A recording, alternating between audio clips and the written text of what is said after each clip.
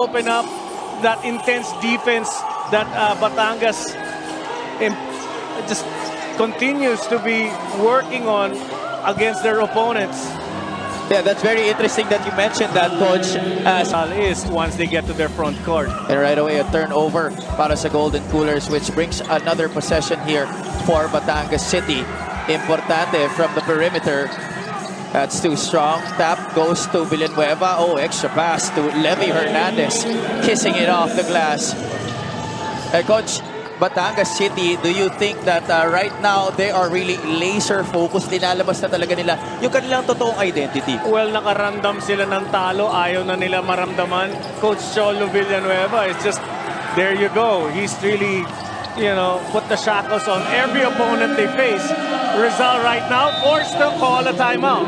Against you, the coaches would say, move that ball, pass that ball. Stop dribbling, move that ball, because it's tougher to chase the ball than, you know, than following a guy who's constantly dribbling. And that's exactly what they're trying to force here. But Rizal previously was having trouble moving that basketball because of the heavy pressure defense. But by trying to steal that ball from Jolo Mendoza. Looking at the pressure defense that Batangas City is implementing right now, Coach, have you ever had the chance of playing this kind of system or coaching this kind of system? Well, I actually played against that kind of a system, and we just stopped dribbling and moved that ball around. Failing to get to 7 points with that basket. Rizal stringing together a number of stops right now. Capobres attacking Hernandez. Way off. Apinan pushing it. Hooks it to Lingana. Rudy, the hometown hero, gets his first 2 points. Frustrating situation, and that's why I advise both teams actually, you know, to keep their composure, because yung binibigay ng Batangas sa Rizal, nakaka-tense talaga. And you can tell from the movements of itong Rizal on their offense. All right, now Alvin Capobres able to let go of the tense. Capobres gets the board. Mendoza. He will set up the offense here. Apinan meets him at the left corner. Mendoza, that's a missed goal. The offensive rebound. One fake, kisses it off the glass and gets the roll. Great effort for J-Boy Gob. Great that he's rewarded for that effort. And he's going to be a big factor. He has to just stay outside, receive a pass, and shoot the three, or come and get those second chance opportunities. 2 baskets already for J-Boy Gob in this game. But you said, Coach, you want to see him shoot from the outside to try and give a different dimension on defense para sa Batangas City, as Hernandez all net on that jumper. Well, actually, J-Boy Gob and all the other big men goes up for the layup and misses. Rizal on the counter. Capobres, extra pass. Malilin. Oh, barely gets it in. Oh, I thought he had that easily. And just like that, it's now a 1-point lead para sa Batangas, 11-10. Let's turn you over to Mika Abisamis. Go ahead, Mix. One thing I like about this matchup is the spirit of both coaches, and Coach Cholo Villanueva and Coach Tan Banal. Both have made a mark in collegiate basketball, so both have a huge sense of loyalty and strong team camaraderie. For Rizal, no injured players, all healthy, which they lift up to the Lord. They had the 2-day active rest. They were able to scout Batangas, moving in the right direction. That's why they are here at this stage of the tournament. For Batangas, Jeric Villanueva has a knee sprain, so we won't be seeing him today. JC Asuncion, Jem Cruz, and Ras Olivares all with injuries. Have you, Coach JV? Thank you so much for that report, Mix. Beautiful piece right there. And good that you pointed out, Mika.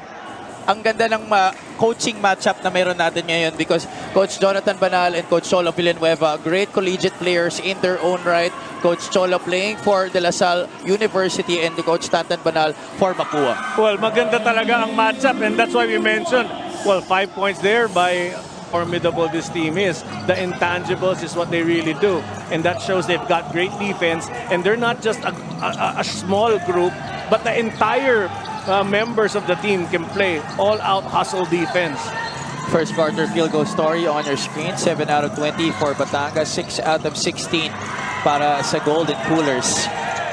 Valoria with the shot clock winding down. That's off to the right. Oh, good box out by Ochea. Jong. Oh, finally gets an opening inside and gets 2 points. Standing defense. First time I saw bad defense there by Rizal. They actually played great defense.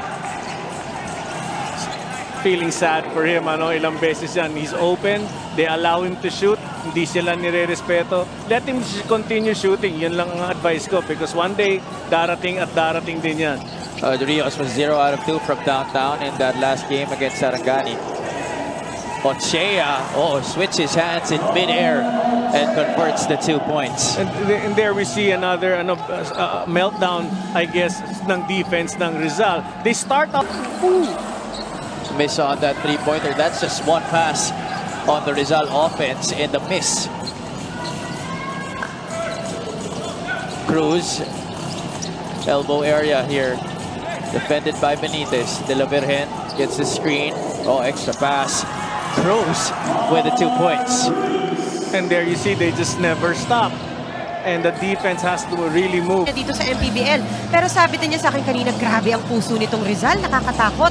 Yung pinakita nila against Sarangani, napansin agad dito sa tournament. Kaya talagang kaya pa rin nila kami talunin.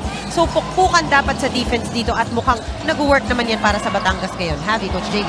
Thank you so much for that report, Mika. And Coach Cholo Villanueva is no stranger to Levy Hernandez. Victoria at the controls here for Rizal. Decides to attack, takes it for himself, and gets the deuce. Airballs that jumper. And that's what intense defense does. Pag nakatanggap ka at malibre ka to take a shot, natural instinct mo is to take a rushed shot kasi hahabulin ka talaga ng depensa eh. Hernandez posting up Capopres. Excellent pass down low. Cruz lurking once again on that baseline. 4 puntos na for Mark Cruz. Bienes, one fake. Forced it to a bind. They swing it. Victoria from downtown kisses it off the glass. Well, I'll take it any way it comes. 5 points for Victoria. Bank is open at 7:12 p.m. Oo nga, iba pala bangko dito sa Zamboanga, no? 29-20 is the score. 2 minutes and 37 remaining in the first half. Hernandez flares out. He left that follow through. He knew it was going in. Yes. Prior to that, 12 points for Levy Hernandez. But prior to that, Therapy, coach. Have you ever experienced myotherapy? No, I can't say I have. Parang di pa yata sa panahon namin kasi pumunta ka lang sa Los Baños, magbabad ka rin sa hot water, sa hot spring, or sa dagat ka pupunta. Myotherapy, I believe, is some form of therapy to help with your muscle soreness and relieve the tightness. Advantage Batangas. Malilin is joined by Edgar Charcos, Jeric Serrano, Jolo Mendoza, and Alvin Capopres. Capopres finally gets one up and in. 6 points for Capopres, one of the few times na At the line para sa kanya, just like what happened to Apinan. I would like to take this opportunity to greet a happy birthday to Jolo's sister, si Julia Mendoza. Baka yan ang magbigay buenas para sa kanya dito sa laro na to. Yun. Wow, great D. Sorry miss by Linganay, but nakuha pa ang offensive rebound. And Hernandez gets another three-pointer. 15 points already in this game para kay Levy Hernandez. Well, actually, tama lang na 3-pointer yun because ihahati natin yung kay Linganay at kay Apinan. And Levy finishing off with the 3. But there you see Malilim scoring again. Malilim trying to assert himself down low para sa Rizal. He wants to make up for his paltry performance in their last game against Sarangani where he went just 3 out of 13. He is, after all, an all-star para sa Golden Coolers. Linganay to Hernandez. And picked everybody off. Gets his own miss. It gets the putback. What a superb offensive game he is having. And that's what we've been mentioning even in the start of this game. Powerhouse high school team back in the day. 42-28, 14-point advantage para sa Batangas City. It has been a struggle to say the least para sa Rizal in this third quarter. Ablaza, the kick. Hernandez, Capopres was up in his grill. Ablaza, another offensive rebound for Batangas City. Cruz That's another guy who has been hot from the field in this game. Well, possession after possession na bibigyan ng second chance opportunities. Papabor talaga sa'yo ang score, ang laban. So Rizal really not only should worry about their offense, even more on their defense. 11-8 ang ating tala dito sa ating ikatlong yugto as Charcos ties that count 11-all and back to a 13-point lead, 44-31. Linganay now bringing it up, hands it off to Ablaza. 12 seconds on the shot clock. Rudy attacking Serrano. Goes to the cutting Cruz. Ablaza thinking twice. Puts the ball on the deck. Picks up his dribble. Linganay with 2 on the shot clock. That goes through. 3-pointer para sa Batangas City courtesy of Rudy Linganay. Well, 10 points. Wala nang pressure kasi. That has been the story of the game on offense para sa Batangas City. They are making the Rizal defense work. Yes. Tonight they have to talaga. Ablaza, he loves that spot. A little too strong on that attempt, but another offensive rebound para dito sa Batangas City. Ablaza, hand off Villanueva, another attempt from downtown, that's long. Malilin, they don't have the numbers, he'll take it and he'll make it. 10 points for Malilin. Nice to see him score.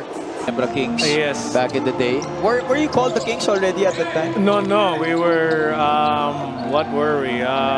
The Gins ata. Yeah. Well, we had, Gordon's Gins and... Here Mendoza. The kick out, Malilin passed up on the 3, couple of dribbles, steps into the jumper and kisses it off the glass. 12 points for Malilin. Another stop needed to bring this game closer. He's definitely relishing the opportunity that he's getting here under Coach Jonathan Banal because he did not get a lot of floor burn when he was playing for Coach Tab Baldwin in Ateneo. Oo nga, iba naman ang mga katapat niya rin dun, ano? Marami rin talaga siyang kaposisyon nun eh.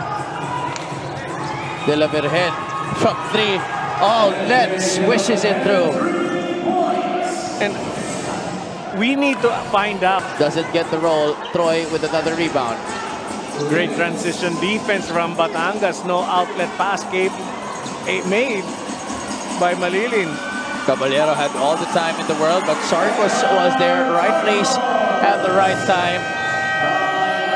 Charcos. And when guys like Malilin, J-Boy Gob, and Jordan Rios were not able to deliver as well as Lawrence Victoria. So now, dapat magpalit naman ng roles itong Golden Cooler. So let's see if they can still use the time left in this game to be able to pull closer, and that's exactly what Charcos has in mind. Now 8 points in the game after that 3-pointer and trimming this gap to just 9. And that's his second. On the offensive end, hindi masyado napapansin ang kanyang depensa. He's actually one of the best two-way players here in the MPBL. Ang galing niya mag-anticipate.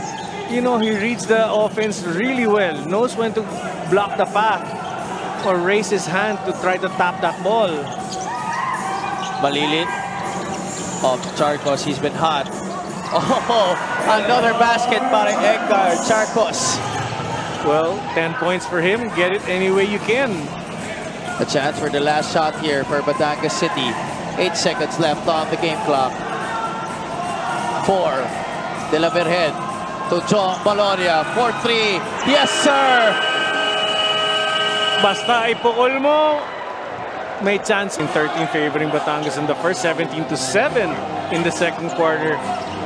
23 tied ball game. 23-23 on the third. High scoring third quarter, the highest so far in this game by both squads. Ambuluto making his first appearance and right away creating impact. And there you see another example of reacting after the pass. Habang ang defense ng Batangas is preventing things from happening. Caballero from way out. That's another ill-advised shot. Tap for the rebound. Ends up with goal. And he gets 2 points on the stick back. Well, of that perimeter J, not really his cup of tea. Charcos receives the outlet. decides to take it. Cannot make it. Rios tried to swipe it away. But Batangas will push. Baloria, oh, great Pinoy step inside, getting it through the lane. 10 points by Baloria. That's experience, extending the step to get himself favorable shot. Oh, Rios met at the top by Ambuluto. 13 on the shot clock para sa Rizal. Mismatch. Charcos has got the advantage in speed, leaves it for Gob. Great synergy by the two Rizal players. Almost stolen. 6 points by Jacob. So reaches for it, eventually gets it. Caballero working on Ochea. Rios from straight away. That's through the net. A first three-pointer of the game para kay Rios. Oo nga, if I'm not mistaken, the first three-pointer. That's short. That's another ill-advised shot by Capobres. He's taken a lot of those in this game. Oo nga, no? I would prefer him to attack the basket because he has that ability and the strong upper body to bump someone and finish the shot. That's really what he's known for. That also is what that man, number 22, is known for, Levy Hernandez. Experienced players, nakakaiba because there's an intimidating factor there. Kilala nila na veterano itong mga kalaban nila. One thing nice about that you pointed out is come second game, totally different ang ipapakita nito because now they'll see, reviewing this film, what they did wrong. Apinan sticks it back, and that has been one of the stories. Brad ng Pilipinas. Unfortunately, ang free throw shooting ejector hindi pa rin subok at kompleto. So it's not brought to you by that advertisement anymore. Hindi pumasok eh. Capobres gets a jumper to go. This is just a 10-point lead. Still very much manageable para sa Golden Coolers. But they need to string together some stops here. They shift back to a man-to-man. Malilin. Over onto Apinan. Linganay gets it to Jexter. Jong, the quick trigger. Dagger right there. Courtesy of Jong Baloria. Full court press once again by Rizal. 2 minutes and change remaining here in this game. Later on, we will be having the home squad, the Zamboanga Families brand Sardines, going up against the Bacolod Bingo Plus, who upset the Jensen Warriors in their own quarterfinal matchup dito sa ating South Division. Last 2 minutes here. Coach, go ahead. Sorry, Javi. Just a thought, no, because you really have to regroup and prepare for the next game, but finally, Jolo Mendoza hits a 3. Much needed 3, 7 points for him. Still no go. It has just been that kind of day para kay Jolo Mendoza. A struggle after going for 26 points, 8 out of 15, 53.3% from the field to close out the Sarangani Marlins. Despite the situation, the outcome of this game, everybody knows that it was a toss-up actually who would take this first game. At nakita natin, umarangkada ang Batangas